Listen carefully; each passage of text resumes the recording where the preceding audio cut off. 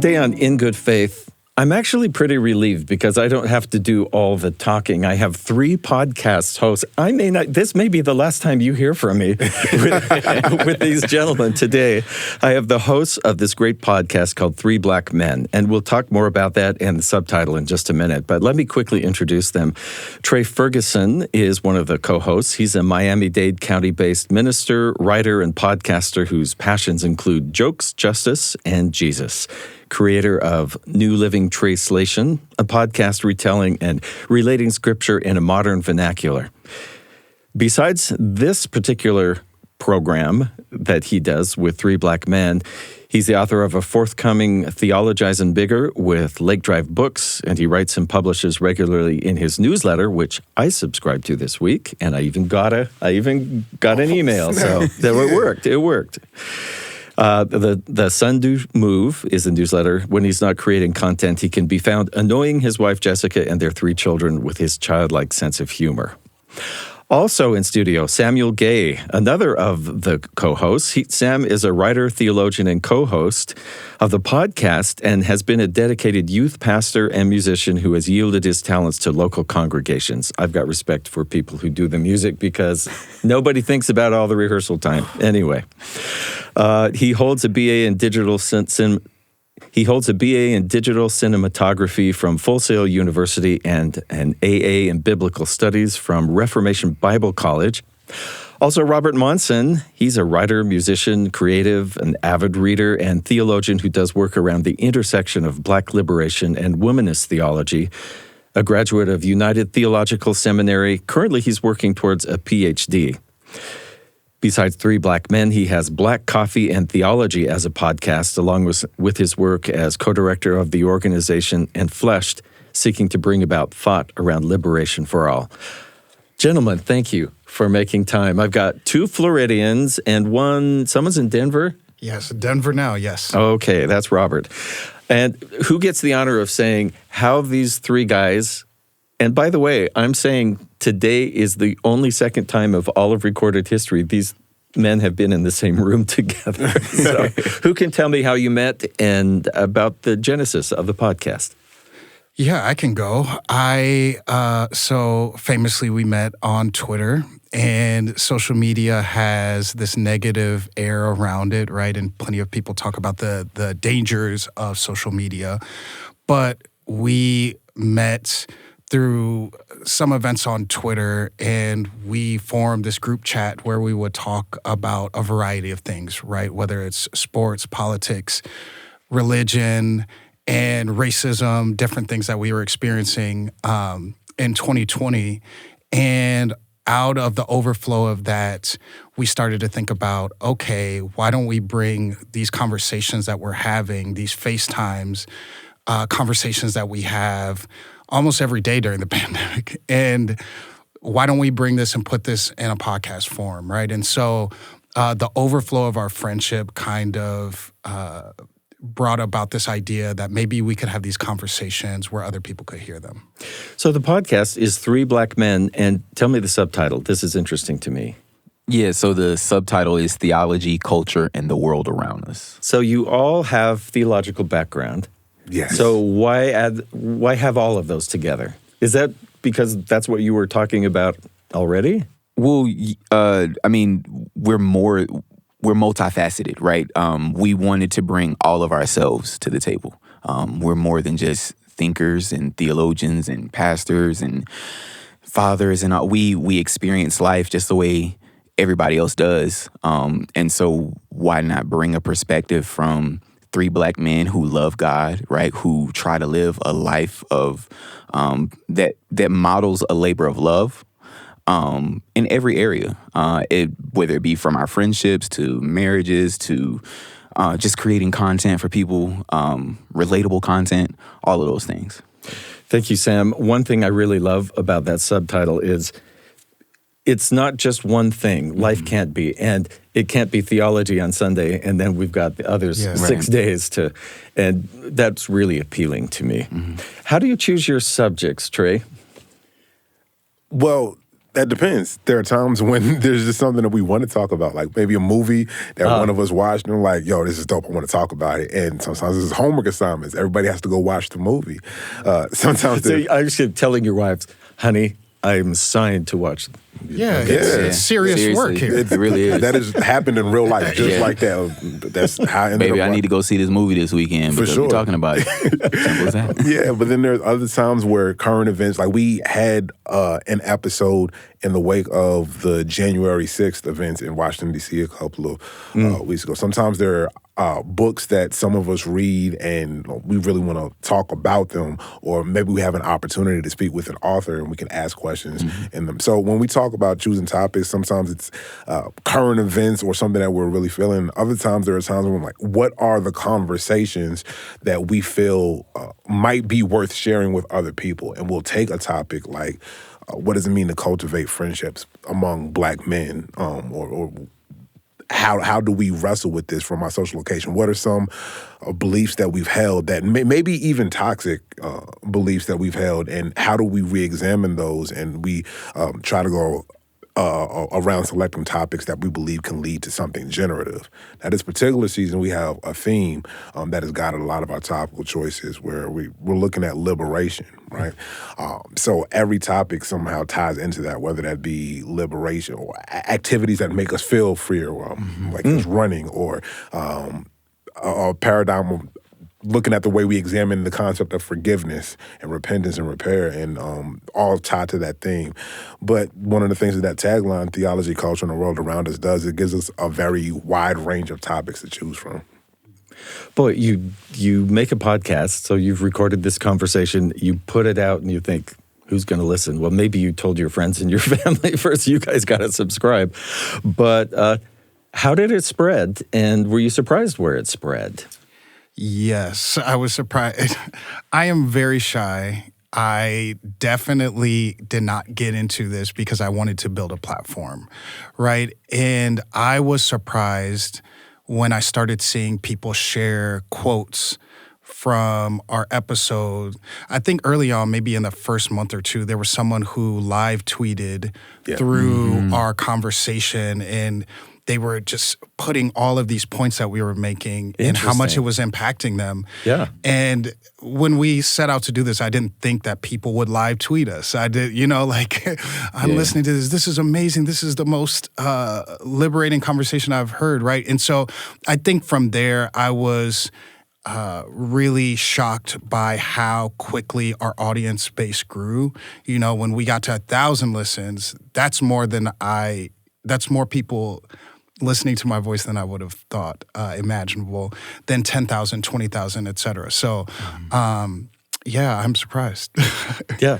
Any other comments from you two? I was going to say, I was pleasantly surprised. I think, too, because of how we kind of grew organically, as far as like our friendship, we navigated Twitter like via DMs, but we were also on the timeline cutting the fool a little bit.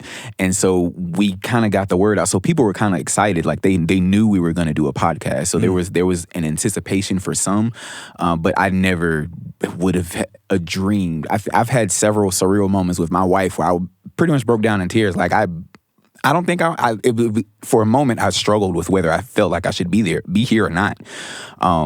Just because opportunities don't typically come, and just some of the people that I've had an opportunity to meet, some of the people that I've had an opportunity to sit down to even be poured into by, right? To sit down with these two gentlemen and have them, in essence, pour into me in certain ways without them realizing it. Sometimes just the way they model their lives, and just I think people as we continue to engage the people that our fans and those that listen to us on Twitter, I think the growth in our lives personally, spiritually together, has also kind of brought attention to like, hey, y'all are friends and y'all do a podcast. Like, I think when you guys first heard about us, it was probably a little bit surreal. Like, wait a minute, what is this?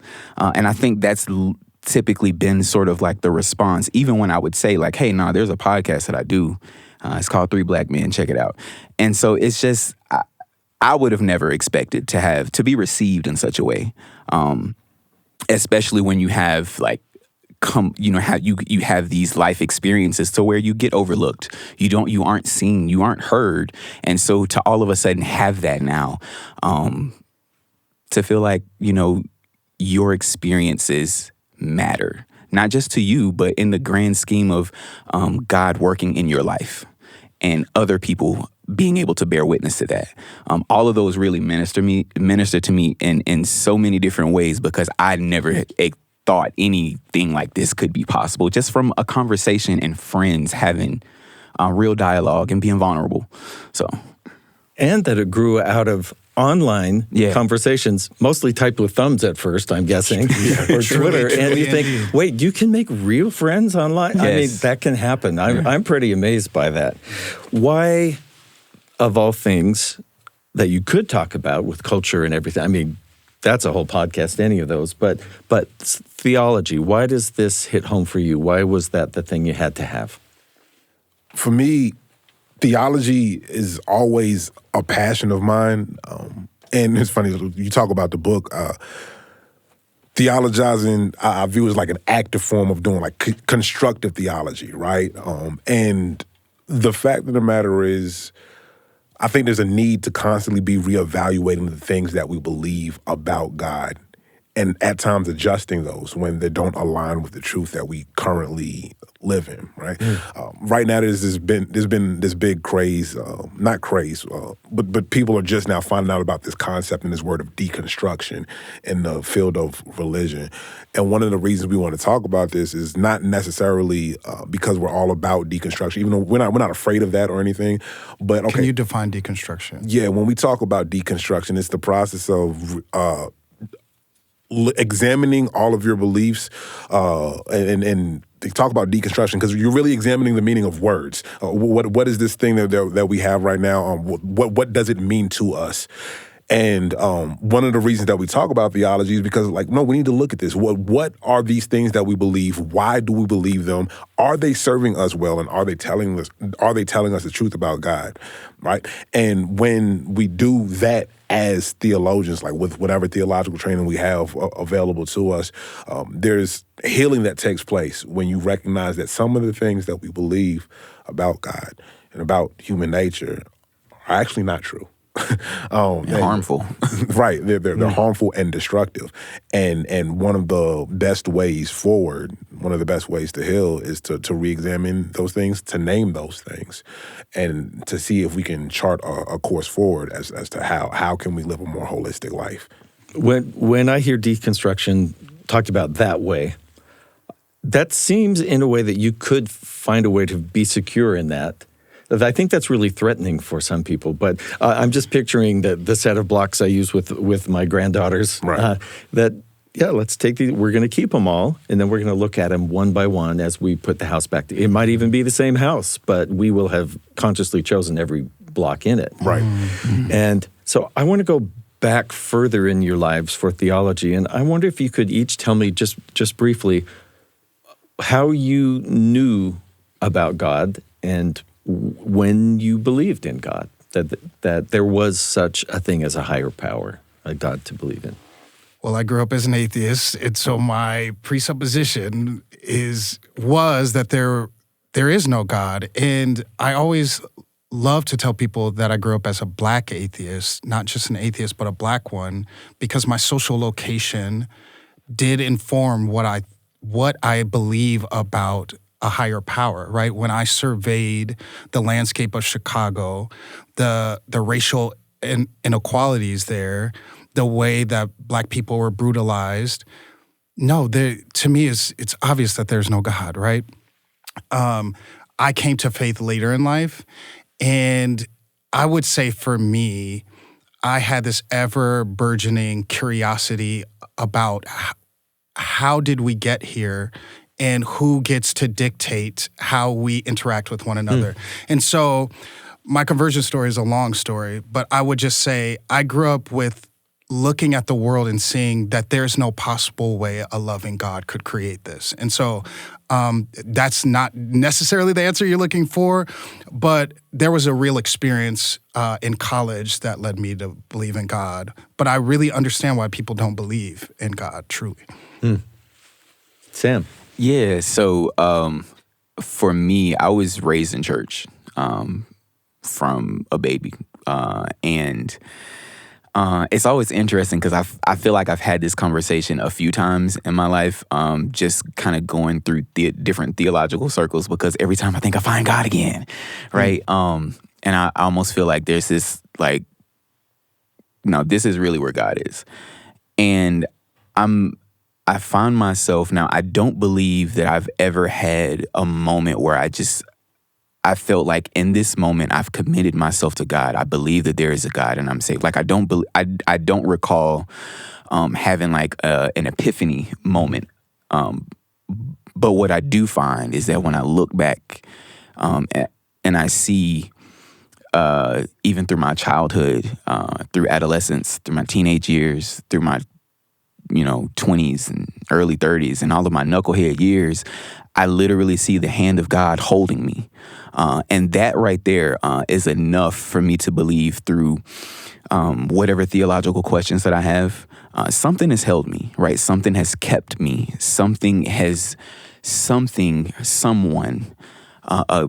God has softened my heart to a place where I feel like for a long time, I feel like I've had a lot of reasons to hate a lot of people. But yet I found myself drawn by love and to love. And so I don't recall an exact moment, but it's just that I rest in that. That's where I find peace and like knowing, okay, now I'm confident in believing that God is real. Yeah, that's a beautiful feeling to have, or a thing to rest into. Yeah. Like Sam, I grew up in church. My mother loves telling the story of how I was born on a Wednesday and in church that Sunday. But with a bow tie. But my story is a little bit like that of Jacob in the Bible, where Abraham has a relationship with this God. And then Isaac inherits this relationship with this God. And then Jacob is born, lives a life, has some mischievous activities going on. He's a little That's a great way to deceitful. say that, mischievous. Yeah.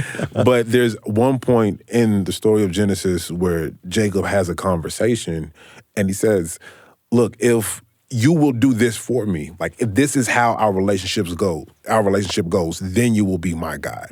And it's not until Jacob makes an actual decision that Jacob comes to know God as the God of Abraham, Isaac, and Jacob, right? Mm-hmm. And that's a revelation that I had for myself in young adulthood eventually, when I was like, okay, no, this is no longer just the faith that my mother and my father handed on to me. This is my own faith.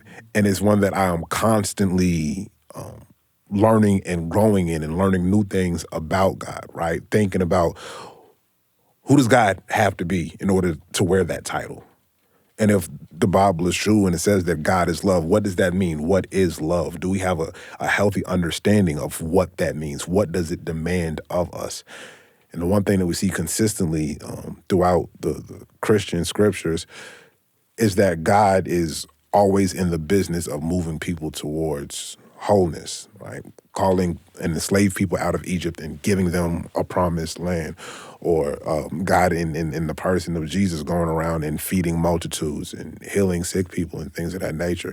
So when we talk about like what that is like for me, theology and this coming to a moment of God is always moving closer to who God is revealed to be, not only through the stories of Scripture, but here in the lives that we live right now. Yeah. Where can we find God? Where do we see people drawn closer to wholeness and overcoming the obstacles that have been put their way? That's where we find God. And that's at the heart of the theology that I now hold and get excited about crafting, You have this big following that's been building up, and I think you've, from something I heard you said earlier today, have been surprised sometimes by who is listening. And I'm wondering if you could tell me maybe some topics that meant the most to you, because I love this line in your introduction that says, real recognize real. I love that. Yeah. I love that because it's true. Yes. And we have all felt that when we talk to someone who is willing to be there. Right. And it pulls it out of us too. Yeah. So I think the fact that you are doing that with each other and sharing that does the same for listeners. I just wonder, do you have certain episodes that have like really seemed to hit with people or that were the most meaningful to you? I'm curious. I want to say I'm never shocked by who's listening to us because I've grown used to by this point. Like I'm no longer shocked because it's always random people at every point of my life. I'm always humbled though. I'm always humbled. And with that in mind, when I talk about being humbled by the people who resonate with conversations, there are certain conversations when we talk about, we have this episode on fear. We talk about the things that scare us, and we go to this very vulnerable place where there's times we don't often, unless it's in the Patreon community, we don't usually release the video for our podcast. So people don't know that sometimes we're recording through tears. And we have this conversation on fear that I get excited about when I think about the places that we went to and the places that we might have been able to speak to other people just by having those conversations. You know? Yeah, I think the fear episode was really powerful for me. You said sometimes we are having the conversations through tears. I am often having the conversation. I won't say no names. I'm glad he can own it. Yeah, That's good. That's good. But one thing about Rob, he gonna cry. I'm gonna cry. I respect that about him. Yeah, I will cry because it's raining outside. I will cry. It's sunny outside. I'm going to cry. But I think the fear episode was powerful for me. I think it's our most listened to episode, actually, part 1 and part 2, because in it I revealed the death of Elijah McClain in Colorado at the hands of the police and what that did to me, right? And it has scarred me in ways that I actually am still recovering from. I still don't feel comfortable driving at night post Elijah McClain's death. And that death has scarred me in some permanent ways.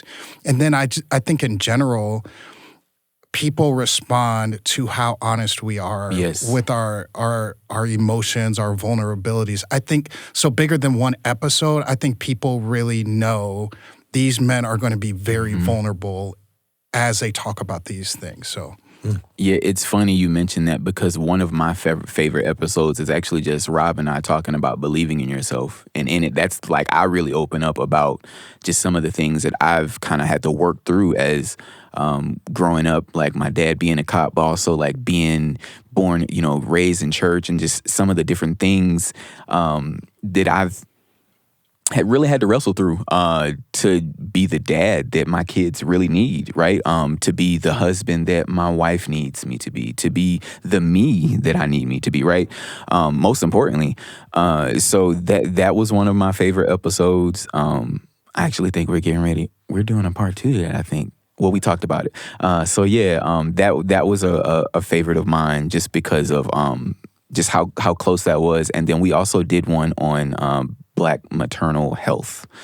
That one was really close to me. Which has been a big issue. A really big issue. A very big issue that is not spoken about nearly enough. That one is very near and dear to me. My sister had some issues. Granted, she's okay, the baby's okay, but she's had some issues, and they're common for pregnancy in Black women. So that one was near and dear to me too.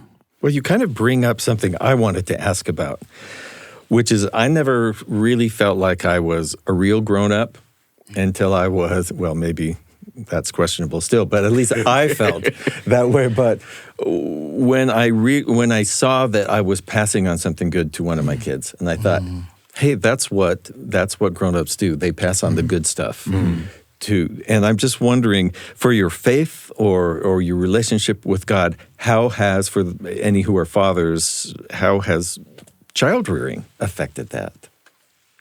I think one of the more interesting things for me is I have 3 children at different stages. I have my youngest will be 9 next month. I have a 10-year-old son and a 16-year-old daughter. And I belong to a faith tradition where we don't baptize you until you make your own profession of faith. At this juncture, all 3 of my children have made professions of faith and been baptized, but my oldest is going through a place where she is questioning the veracity of some biblical stories and some faith claims. And originally, I think there was some fear, particularly me being in vocational ministry, me being a clergy person. She exhibited some nerves around having those questions. And what I wanted to communicate to her, I was like, this is what I do. I deal in the questions. If you are harboring doubts, let me know. I'm not here to judge those doubts. I'm not even here to erase those doubts. I'm here to affirm the fact that God gave you a rational mind so that you can work through these things, right? And so just the very nature, I think about the fact that and it's not to point out anybody's flaws or faults, but there was nobody to have those conversations with me as I wrestled with doubt. And one of the things that being a father in this space and even dealing with this podcast has let me do is it's helped me to navigate through doubt and walk other people through that process as well, and letting you know that, look, no, you don't need to feel as though you're deficient or that you're somehow doing this thing wrong because you have these questions. Yeah.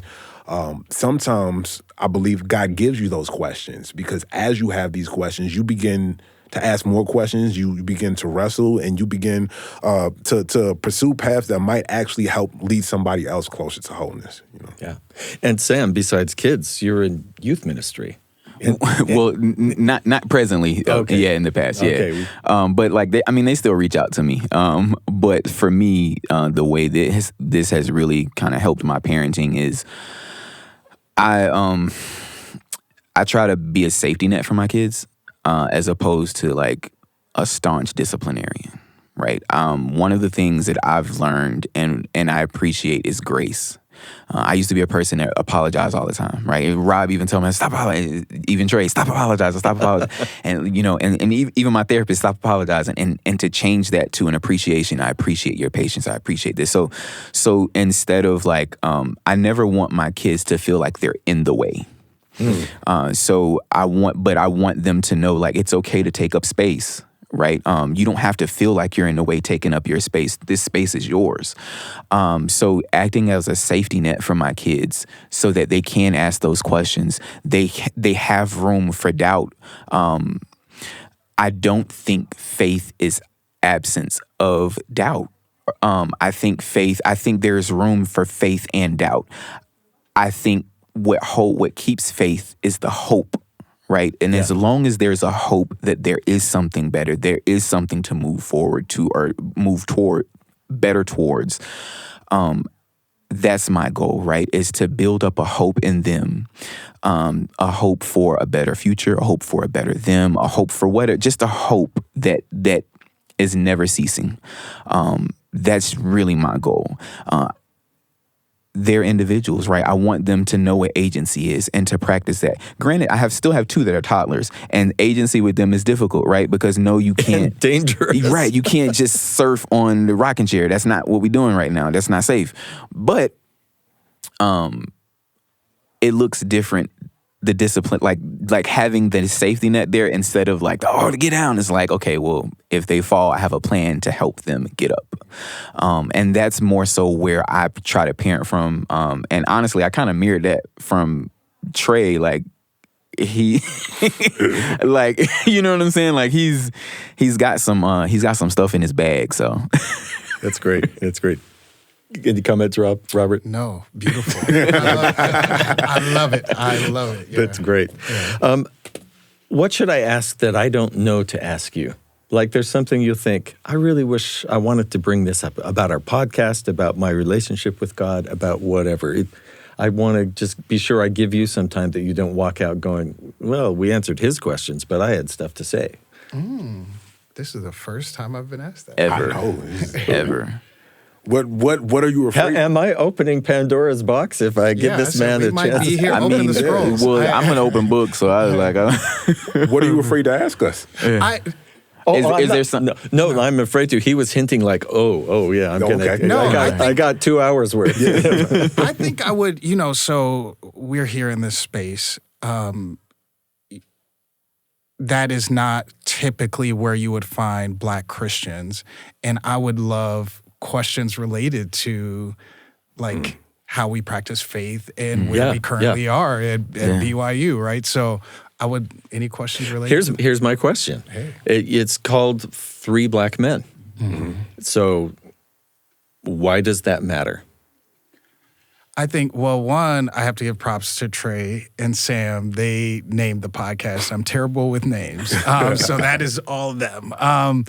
I think it is important to highlight three distinct walks with God and walks in life, right? I think sometimes if you were to see all of us together, you might collapse our stories, into one. You would just assume, right? Maybe they're from the same place. Maybe they all grew up in the Black church, which for me, people assume that all the time. I actually didn't at all. And so I don't have that part of my story. And in similar ways, I would say it's similar to when I see one Mormon person, I don't assume that they are all the same, right? Like there's all of these potentialities in someone. And so Three Black Men, hopefully people get to know that there's all of this nuance and all of this beauty to each one of us. And so, yeah, that's really important to me in storytelling. And because I'm guessing because the experience is different. Yeah. It is fundamentally so in the way that a lot of times we have mental images when we say word. Like if I say the word God, there's an image that pops in your head, and it's going to vary from person to person, but often there's a default image. When you say the word, if we would have called this three Christian men, a lot of times the default image that would have popped up was some reformed white man in of course. Yeah. In a tweed jacket, right? In the same instance, I'm checking my jacket. It's okay, Famous Steve. We got you. We got you. We got you, Famous Steve. But in the same way, if you were to name a podcast Three Mormons, right? Like you would think of probably three middle-aged white men, or the distinguished, white shirts, ties. Yes, white shirts and ties. But that doesn't explain the fullness of the Latter-day Saints. It doesn't explain the Pacific Islanders who have a heavy Latter-day Saint presence as well. And so we wanted to be upfront with the fact that, yes, although all three of us are Christians, we have distinct walks. And the fact that before we knew who we were as Christians, before Rob even became a Christian, we were Black. And that impacts the way that we interact with the world. In much the same way, the way that you understand the world and culture and everything will be different than another Mormon who happens to be from Guam, And we wanted to name that very specifically, that this impacts how we interact with and experience the world and life. And this is a perfectly valid place for doing life and theology. Yeah. I think in so many ways that was a way of like just claiming a space to say like, listen, it is possible for us to represent the Black community. It is possible for us to represent Black men, but we are still individuals. There's still Rob, there's still Trey, there's still Sam, right? We have our own theological upbringings and backgrounds. We have our own experiences. We have our own trauma. We have all of these different things that work with our theological beliefs that sort of form who we are, right, and what we believe. And so, like, every episode that's highlighted, right? So many times we don't always agree, right? But like, we just have different perspectives. And it's not even about whether we agree or not, right? There's just a shared perspective on various topics. And you get three different perspectives from three different men that can be totally different, but representing the same community. I want to jump in really quick. I was just thinking, we got the one negative feedback recently, or someone wanted us to, yes, we're unapologetically Black. We're the Three Black Men. And someone wanted us to be more general in what we talk about. And essentially what they were asking, this long comment question, is they wanted us to essentially speak to everyone, be about everyone. Like, yes, you're Black, but so many other people listen to you. And I think having Three Black Men right up front lets people know, no, this isn't just general Black men or just general men. We're Black. That impacts the way that we're going to talk about this. So I was just thinking about that when you were talking. Yeah, I think it's funny when we get pushback on that, because it's, on one hand, you have a demographic, but on the other hand, you want us to completely abandon like a demographic to accommodate you. Sam, you said something I thought was really important. This was in conjunction with raising your kids, about you want them to have a voice. Mm-hmm. And also times not feeling heard, and here is a voice. This podcast, your voices get heard. And does this tie in, and I'm really bad at timelines, especially with the beginning of Black Lives Matter and George Floyd and some of those really horrific events? Did that have any influence on you wanting to be able to speak? Or is that a separate thing that was kind of in the background? I think before that, we have enough life experience that we could have done this, period. Yeah. I think it's coincidental that we were in a pandemic, these things happened, and we found each other and started a podcast.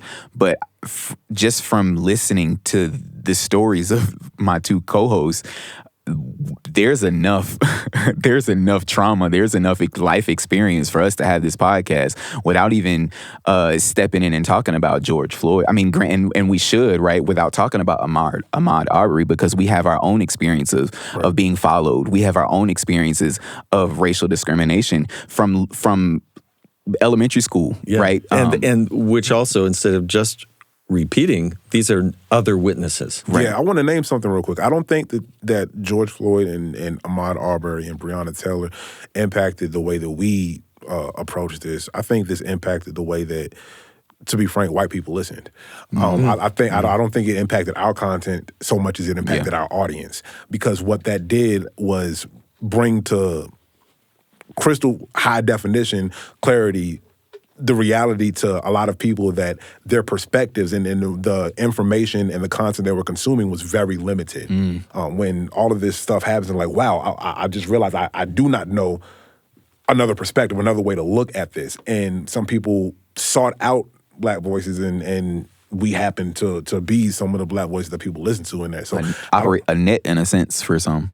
I will say it didn't necessarily impact the content, but I must say that in 2020, when we started this podcast, we were hearing a lot of bad takes from people. There were a lot of people trying to give answers about what is impacting Black people. A lot of organizations and businesses started to, we care about Black lives. We're doing these things. We're doing these DEI initiatives. And although it didn't impact who we were, I think within me, I will say it for me, there was this need, I need to speak for myself, right? Yeah. Like, I don't want to hear what people think about Black lives. And, there were all these foolish wrestlings of, well, why can't it just be all lives matter? And all these really bad takes made me say, I want to speak by myself for myself, right? Like, I don't, and my content isn't pushing back against what you believe about Black people. I just want to speak for myself, right? And be named and be counted in that way.